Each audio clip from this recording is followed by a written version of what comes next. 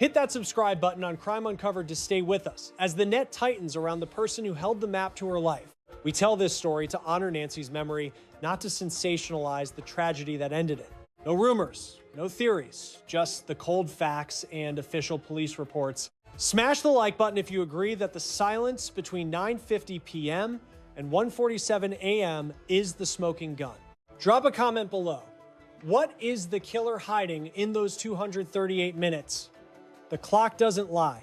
41 minutes of terror. The electronic evidence draws a map of precision that is impossible to ignore. Someone knew her world. Someone drafted a plan based on intimacy. Someone checked their watch and struck with a timing only a friend could know. It has been 30 days since the sirens faded.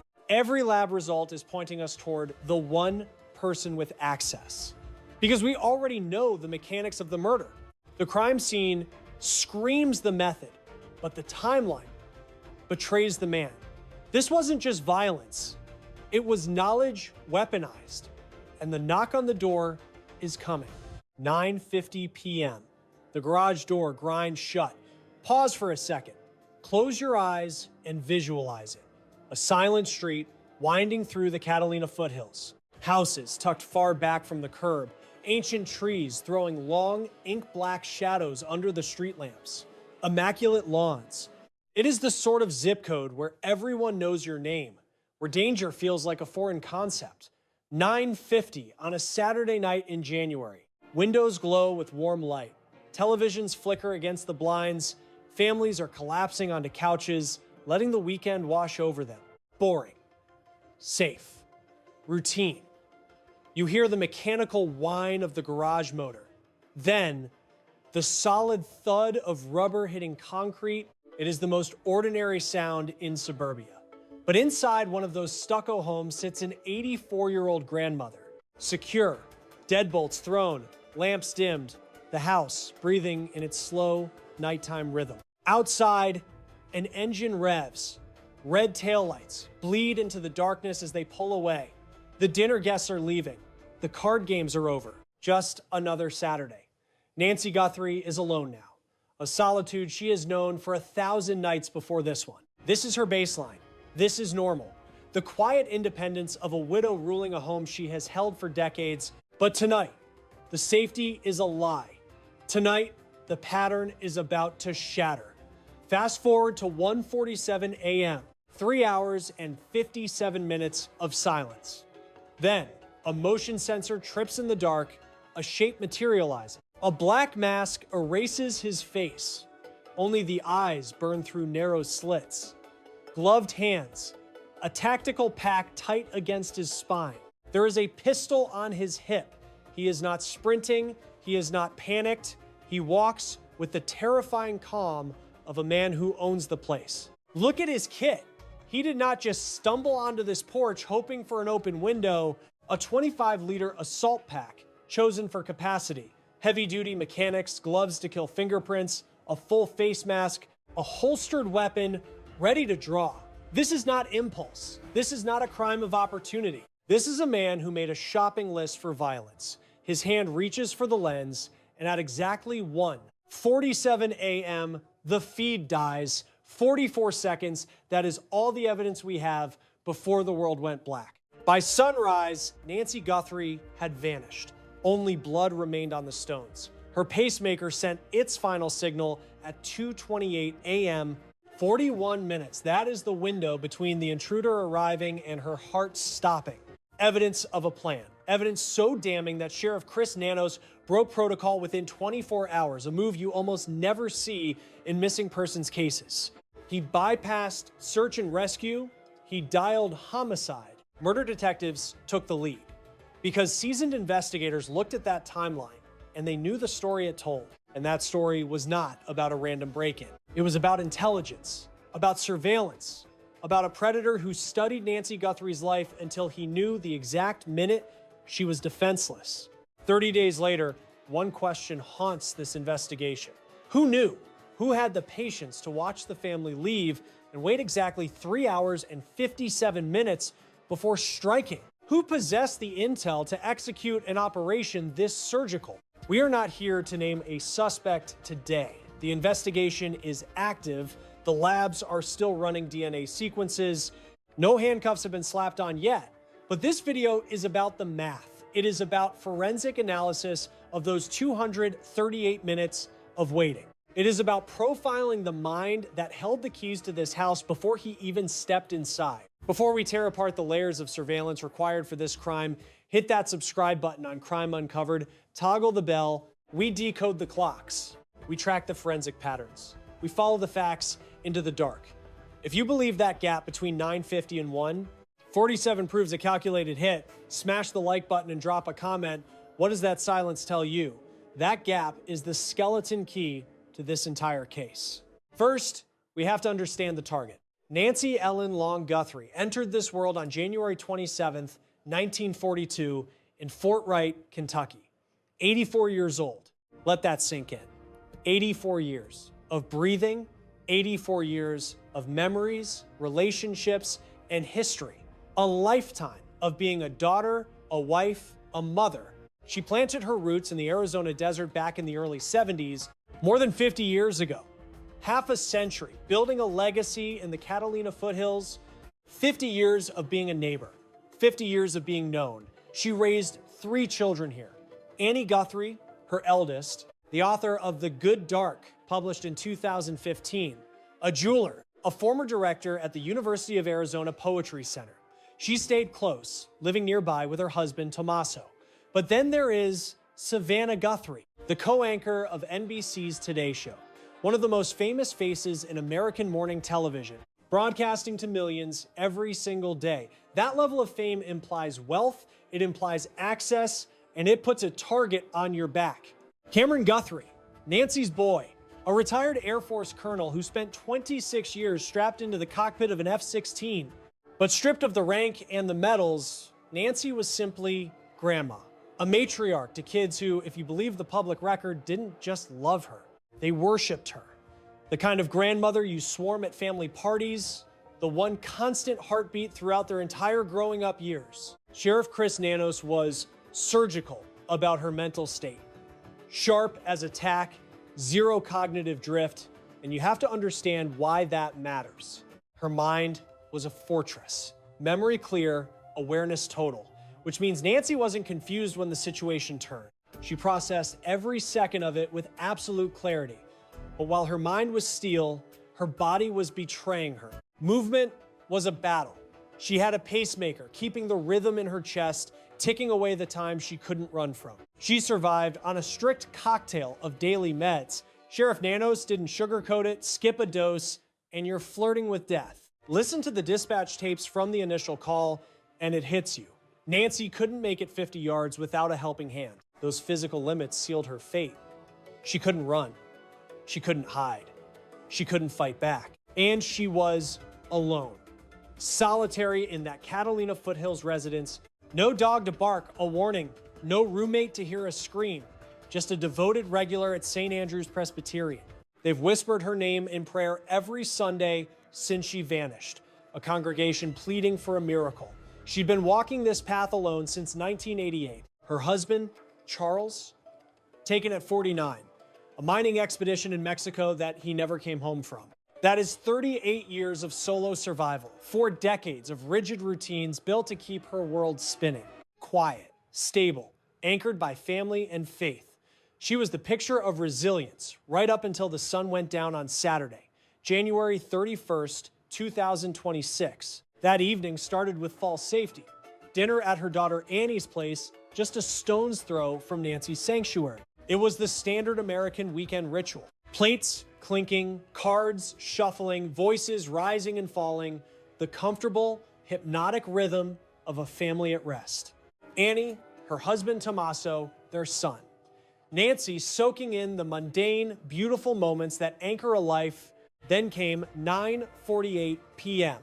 The digital timestamp tells the story. Tommaso Cione drives Nancy back to her door. Tommaso, the son-in-law, married to Nancy's oldest girl since 2006.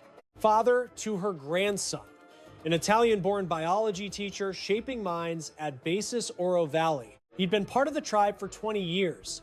He took the wheel that night for the short, familiar run to Nancy's house. A drive he could do in his sleep. Routine, normal, just family looking out for family. He pulled into the driveway at 9:48. But he didn't just idle at the curb and wave goodbye. Sheriff Nanos told the New York Times, the specific details. Tommaso walked her up the path, watched her cross the threshold. He waited until the lock clicked. That's the protocol when you're responsible for an 84-year-old with bad legs. Nancy went inside.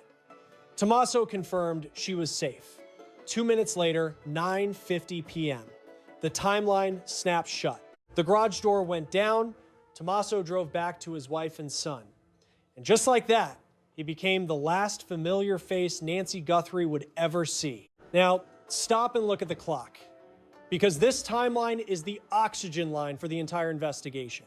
Tommaso Tioni was the last checkpoint, the last confirmation of life before the silence set in. He was the last human contact. And when the investigation hit the 2-week mark, the online whispers started turning into a roar. The internet sleuths started hunting for a villain.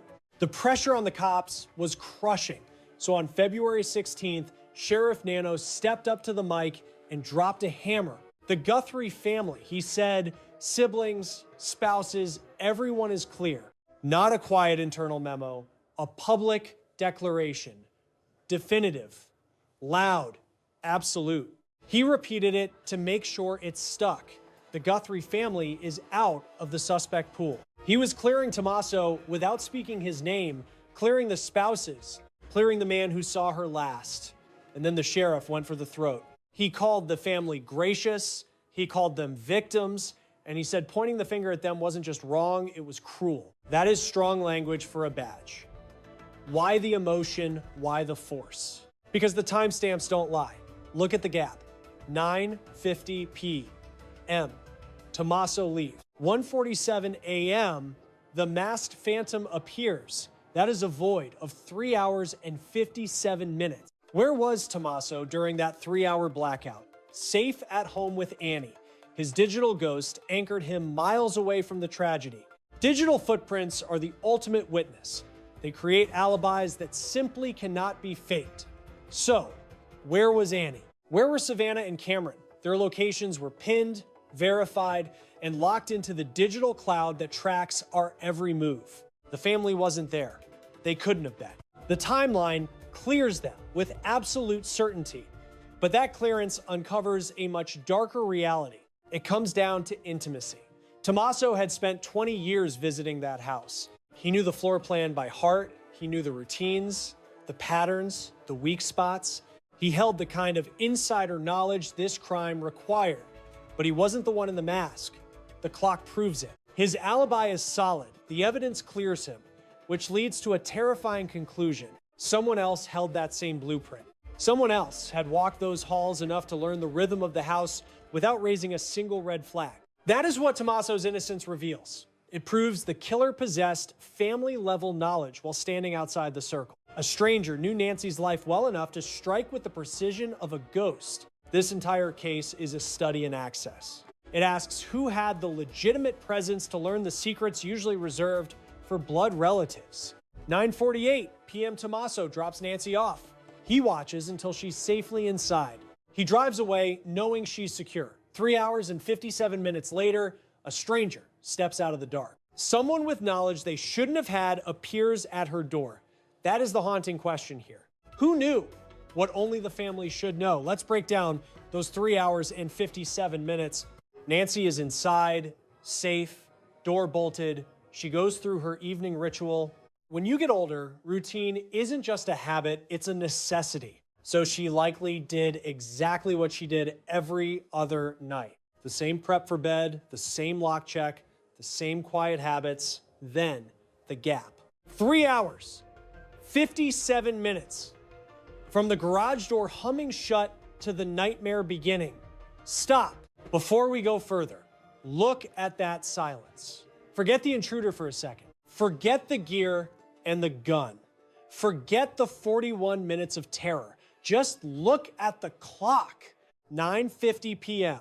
The house goes quiet. 1:47 a.m. The camera wakes up. A masked figure appears. The math is cold. 3 hours, 57 minutes. 238 minutes of nothing. Ask any detective what that timeline screams. Random crime is messy and fast. Opportunists hate time. Time is exposure. Exposure is risk. Every second you linger is another chance for a car to drive by, another chance for a neighbor to glance out a window, another chance for a patrol car to turn the corner. Pros know this instinctively. You get in, you get out. We are talking minutes, not hours. Impulsive criminals don't have the luxury of patience. They see a window and they take it before it closes. But this shadow, they waited 238 minutes, nearly 4 hours. Why wait that long? What does that patience tell you about their plan? Look at the specific timing, 10 p.m., 1 hour after the family leaves. Nancy might still be up, moving around, alert enough to scream. 11 p.m., 2 hours in. She might be in bed, but it's light sleep, easy to wake. Midnight, 3 hours. She's asleep, but maybe not deep enough. But 1:47 a.m., nearly 2 in the morning, 4 hours of silence. That timing suggests a predator who knew exactly when the target was most vulnerable. They knew when the house would be dead quiet and when her ability to respond was at absolute zero. The timeline proves calculation. It proves they knew the patterns. You don't guess a window like that. You don't wait 4 hours in the dark unless you know exactly when the lights go out for good. The silence in the logbook wasn't an accident, it was a schedule. Sheriff Chris Nanos scanned the data less than 24 hours after the missing persons report was filed for Nancy. His eyes locked on a specific void in the record, a gap lasting exactly 3 hours and 57 minutes. He didn't hesitate. He saw the implication and made a split-second executive decision that law enforcement rarely touches during the first 24 hours. He picked up the phone and dialed homicide. Not search and rescue, not the missing persons unit, homicide. He escalated this to a murder investigation a full day before most departments would even finish filing the initial paperwork. That choice is the tell. It confirms the timeline revealed a dark truth. This wasn't a senior citizen who got confused and wandered off. She didn't walk away. She didn't trip and fall. This wasn't a medical episode. The gaps were too precise, too calculated. Someone knew exactly when to strike. Now, cut to 1:47 a.m. Sunday, February 1st, 2026. The Google Nest camera at the front door flickers to life. The motion sensors trip. The Wi-Fi grabs the signal. A figure steps into the frame, male, standing between 5'9" and 5'10". The FBI nailed that height down later, using an osteometric board right there on the porch to measure the geometry of the shot. They used the architecture itself as a ruler. The suspect is average height, average build, physically generic in a way that makes him a ghost dressed for the void. Black shirt, black pants, black shoes. Every thread chosen to disappear into the night. A ski mask swallows his face. Just crude holes sliced out for the eyes. No skin visible. Just a narrow, cold stare peering through the fabric. Heavy-duty gloves wrap his hands. No fingerprints left behind. On his back, a 25-liter Ozark Trail hiker pack. That logo is the first crack in his armor. Ozark Trail is a private label. It is sold exclusively at Walmart. You can't buy it anywhere else. That restricts the supply chain. Every single one of those packs sold in the United States runs through a Walmart register. Every sale leaves a digital footprint. Sheriff Nanos confirmed they are already mining Walmart's database, hunting for that specific backpack purchase. They are cross-referencing receipts and timestamps, and then there is the other detail, a gun clearly holstered at his hip in the footage. He strapped on a firearm to visit an 84-year-old woman who barely moved. She wasn't a threat. That weapon isn't for protection. It's a statement of intent. It proves he walked up those steps ready to kill. Look at his body language in the clip. He isn't sprinting. He isn't checking over his shoulder. He is walking with a steady, rhythmic gait, purposeful, direct. He moves like a man who has rehearsed this. Behavioral analysts call this predatory comfort, the lack of jitters, the absolute control. Strangers don't move like that in a dark, unfamiliar house. That is the walk of someone who knows the floor plan. He reaches up, and at exactly 1:47 a.m., the system dies. The recording cuts. The lens goes black.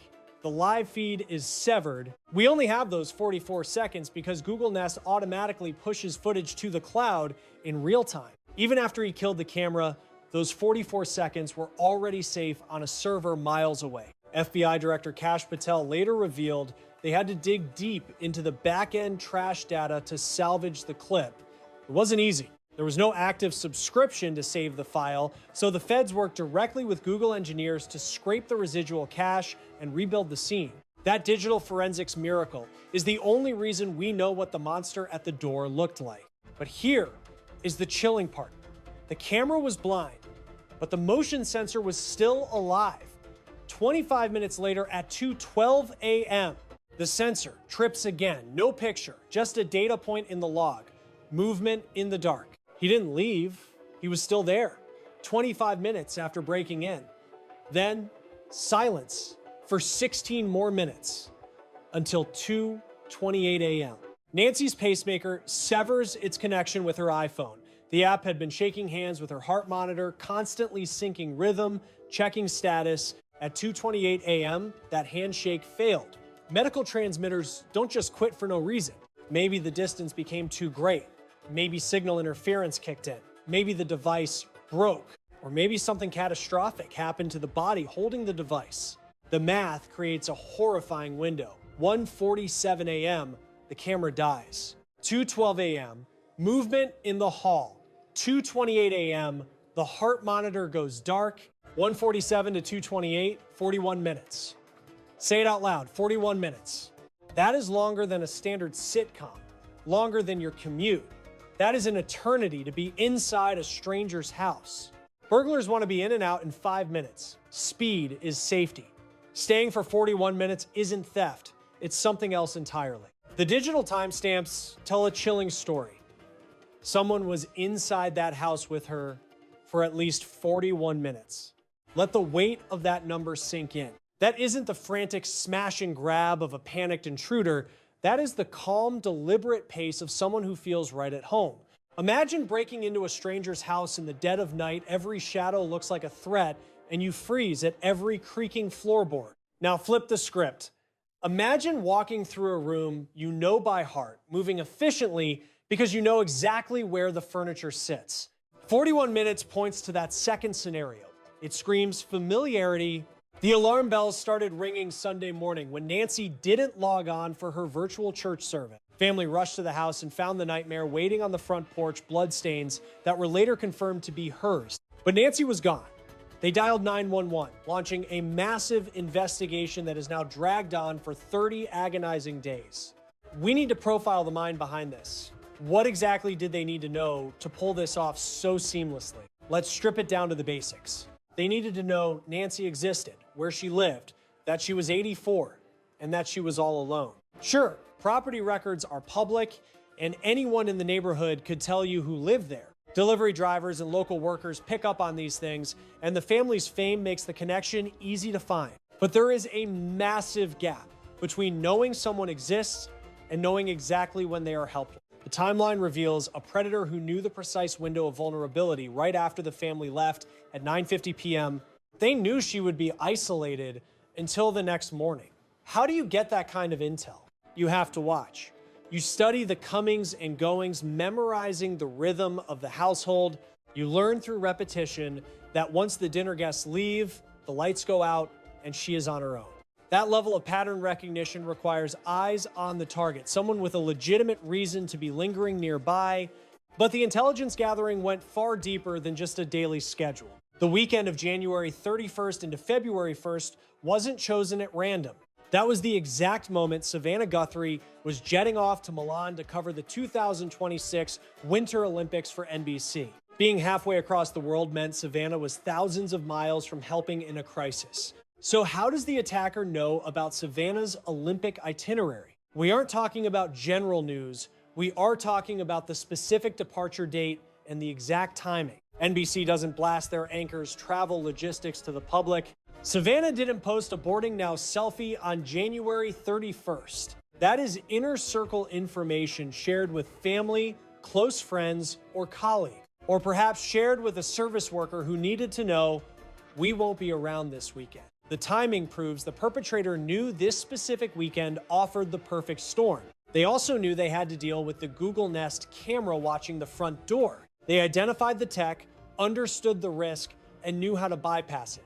How do you spot a specific doorbell camera? You don't see that driving by at 30 miles an hour. You have to be close enough to inspect the hardware. You're a delivery driver dropping a package right at the lens. You're a contractor walking in to fix something. You're a friend coming over for a visit. Anyone who walked up that path legitimately would have mapped out the surveillance. They also understood Nancy's physical limitations. They knew she couldn't run, couldn't fight back, and needed help just to move around. How do you build that profile? You watch her move. You see her struggle with the stairs, watch her navigate the hallway, and note the frailty that comes with age. That requires being in the room with her, standing close enough to see exactly what she was capable of. Finally, they knew the house well enough to spend 41 minutes inside without raising an alarm. They knew the layout, the corners, and how to navigate the space in the dark. That kind of confidence suggests they hadn't just broken in, they had been invited inside before. Who knows the rhythm of your life better than your own blood relations? Picture it. Last summer, a Tuesday afternoon, the AC unit dies, it is Arizona, and the heat is rising. It is suffocating. She dials the same HVAC company she has trusted for a decade. The truck pulls up. It is a standard work order, a uniform. He introduces himself, and Nancy lets him in without a second thought. It is routine. He needs the thermostat. She guides him through the sanctuary of her home, past the living room, down the hall, through the kitchen. He is logging the floor plan, memorizing the layout, spotting the entry points. He asks about the basement unit. Nancy mentions her bad knees, says she cannot manage the stairs. He descends alone. He spends 2 hours down there. Total, unsupervised access to the foundation of her home. He fixes the part. She writes a check. He drives away. Just another job. Except now, a stranger holds the blueprint to her life. He knows the geography of her walls. He knows she is physically vulnerable. He knows she is isolated because in 2 hours, not a single other soul walked through that door. He gathered all this intelligence legally, openly, without raising a single red flag. Or consider the electrician from last autumn. He arrived for a scheduled appointment. Nancy opened the gate to show him the project. He spent days drifting around the property perimeter. He met every security camera to avoid cutting their power. He identified every blind spot. He learned the property's flow, honest labor, a visible presence. Yet he was studying her defenses. Or take the cable guy who upgraded the Wi-Fi. To fix the dead zones, he had to find them. That meant walking every inch of the floor plan, checking signal bars in the master bedroom, the closet, the back office. He saw exactly how the doorbell camera links to the router. He knows the digital handshake that keeps her safe. Technically, it was maintenance. In reality, it was reconnaissance. Then there is the roofer who cleaned the shingles. A neighbor even remarked on how pristine the roof looked compared to the rest of the street. But that cleanliness cost hours of labor high up over several visits. From that vantage point, the entire property is a chessboard. He could see the angle of every lens, the lock type on every window, the layout laid bare beneath him. Days of authorized lurking, perfectly legal, total visibility. Or the cleaning crew that visited bi-weekly. Like clockwork, a recurring character in her narrative. The same individual entering her sanctuary twice a month for years, scrubbing every corner, learning the floorboards by the sound of their creak. They know when she leaves. They know when she sleeps. They know exactly where the valuables are stashed. They know the texture of her life because they have been breathing her air for years. Every bit of this access was invited, paid for, gratefully received. Most tradesmen are decent people trying to make a living. The overwhelming majority build careers on integrity and never cross the line. But access equals data, and data equals power. The man who fixed the AC knows the house better than the police do. The guy who hung the lights knows the shadows. The technician who boosted the signal knows how to cut it. The roofer has the sniper's view. The cleaner has the keys. Any one of these legitimate interactions could have been the dress rehearsal for what happened. We do not suspect them because of their job title. We scrutinize them because knowing times who times held the map is the only way to find times who times followed it. Detectives are now systematically dismantling the list of everyone who ever had a reason to be there. Every invoice, every contractor, every logged visit is under the microscope. They are checking alibis against the timeline, comparing DNA, and tracking phone pings during that fatal window. This isn't guesswork. It is a process of elimination based on hard fact, because whoever spent 41 minutes comfortably walking those halls likely learned the path long before they put on a mask. The lab is still running sequences on the biological evidence. A glove found 2 miles from the scene is visually identical to the one worn by the intruder. The FBI confirms they pulled a DNA sample from the interior, padding an unknown male profile, and it does not belong to anyone in Nancy's inner circle. That genetic sample went straight to CODIS, the FBI's master database housing millions of offender profiles. But new intel suggests we aren't looking at a full genetic fingerprint, it's likely a partial match. A partial profile is a double-edged sword. It has enough data to rule people out, but often lacks the markers needed to ping a definitive name in the system. So, when the standard database hits a wall, they pivot to forensic genetic genealogy. It's the exact same tech that took down the Golden State Killer, the same breakthrough method that cracked the Idaho student murders. They aren't just matching dots, they're building family trees to shrink the suspect pool through ancestry. It is a slower burn than a standard database hit, but when the old school methods dry up, this is the ace in the hole. Detectives are running parallel tracks now. Standard CODIS analysis for a quick hit, and the deep dive genealogy prep in case they need to play the long game. On February 13th, a massive task force, including the FBI, Pima County sheriffs, and local police detained 3 individuals. They swarmed locations roughly 2 miles from Nancy's home. They hauled away a silver Range Rover for the crime lab, but the result was silence. No arrests announced, no charges filed, no names dropped. All 3 people were cut loose within 24 hours. Sheriff Chris Nanos was blunt. Right now, his department has no names on the official suspect list. But read between the lines. That doesn't mean there are no persons of interest.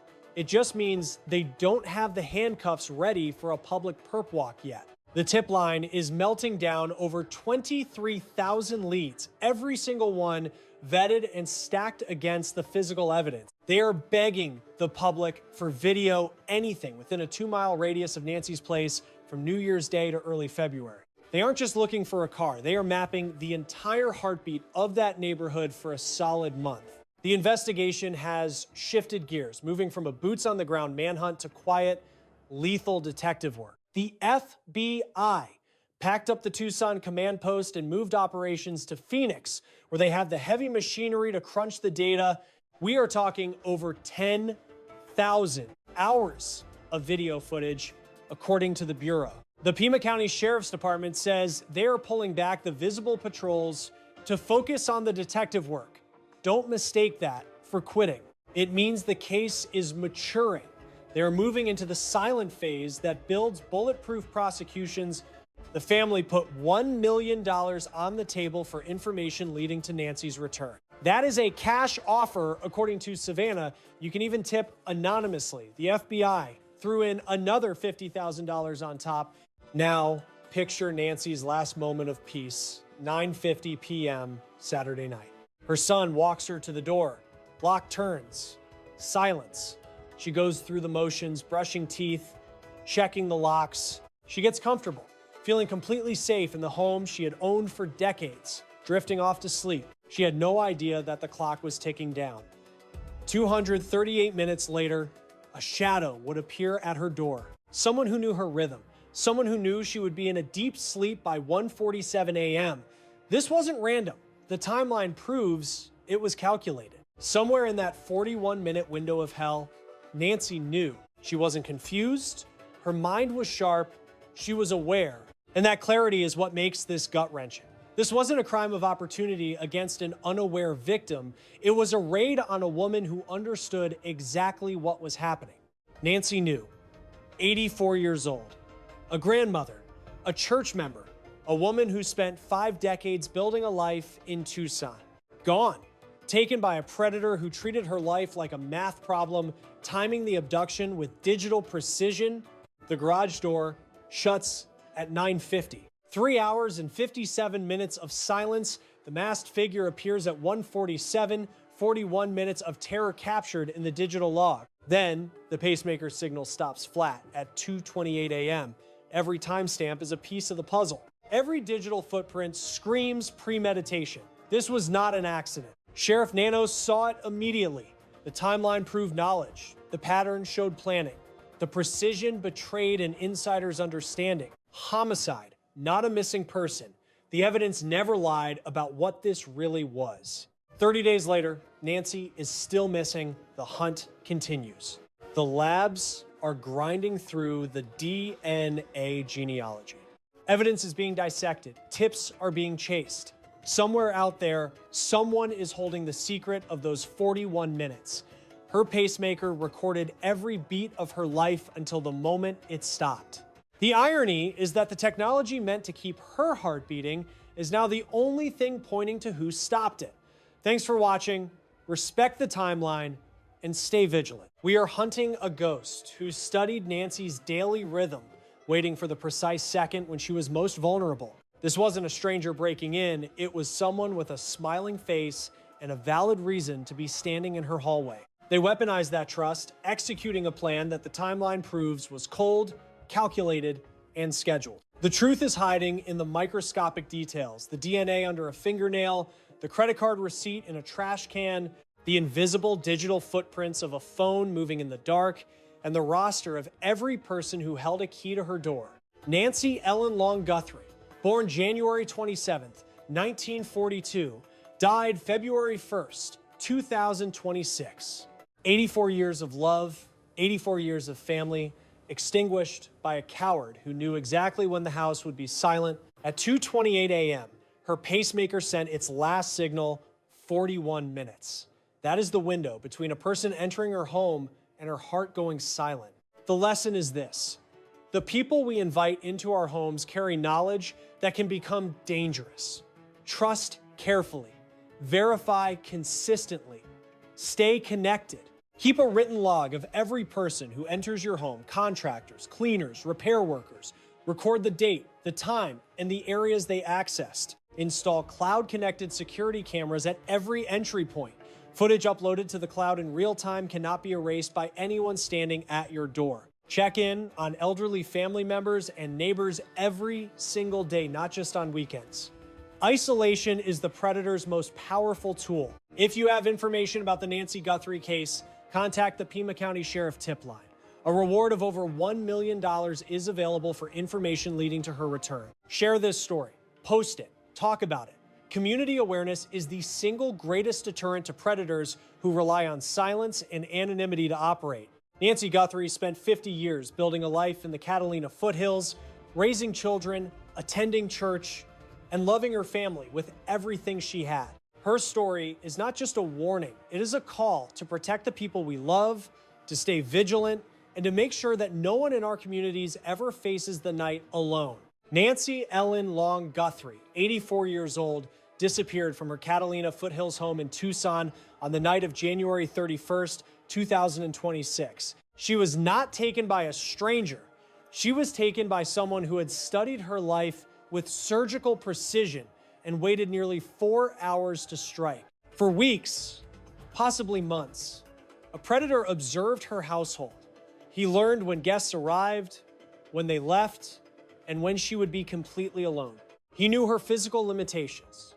He knew she could not run, could not fight back, and depended on daily medication to survive. He identified the specific weekend when her daughter Savannah was abroad covering the Winter Olympics thousands of miles away from helping in a crisis. He had been inside that home before. He moved through it for 41 minutes in complete darkness without hesitation because he already knew every corner, every piece of that knowledge had been gathered legally, openly, through the trusted access we give to the people who service our homes. At 9:50 p.m., the garage door shut. Nancy was safe. Her son-in-law had watched her lock the door. The neighborhood was quiet. 3 hours and 57 minutes later, at 1:47 a.m., a masked and armed figure stepped into the frame of her front door camera and disabled it within 44 seconds.